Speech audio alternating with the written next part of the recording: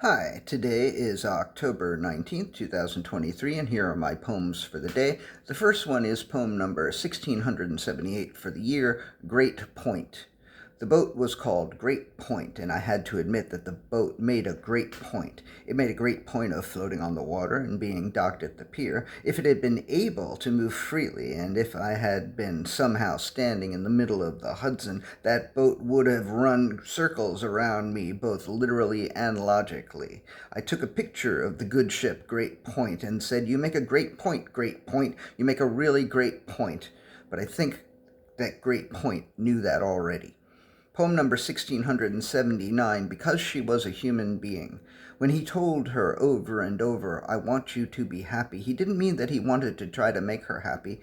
He meant that he wanted her to just be happy, no matter what, without him doing anything at all. Because she was a human being, it was many years before she realized that that was what he actually meant. Poem number 1680, 40 weeks. They closed their eyes for 40 weeks, from February through November, and in that time leaves budded and bloomed, reached for the sun, grew, changed colors, withered, detached, then fell to earth, and in that time egg met sperm, zygote became embryo, arms and legs budded and bloomed, cranial nerves developed, hearing, swallowing, shitting, footprints, fingerprints, muscles, bones, then birth. They closed their eyes in February and opened them in November. The leaves were gone. They had a child. Poem number 1681, A Part of Him That Hated. There was a part of him that hated how much he wanted him, and there was a part of him that hated how much he liked being wanted. There was a part of him that hated how much he wanted to feel, and there was a part of him that hated how much he wanted to make him feel.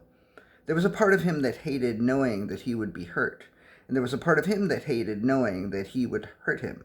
There was a part of him that hated how vulnerable he was, and there was a part of him that hated how much he loved how vulnerable he was. The last poem of the day, poem number 1681, The Shock of the New. After the meditation, I was shocked by the newness of the room I was in. It was the same room I have meditated in for well over a year, but this time, for the first time, you were in it too. All right, that's it. Thank you. I appreciate you.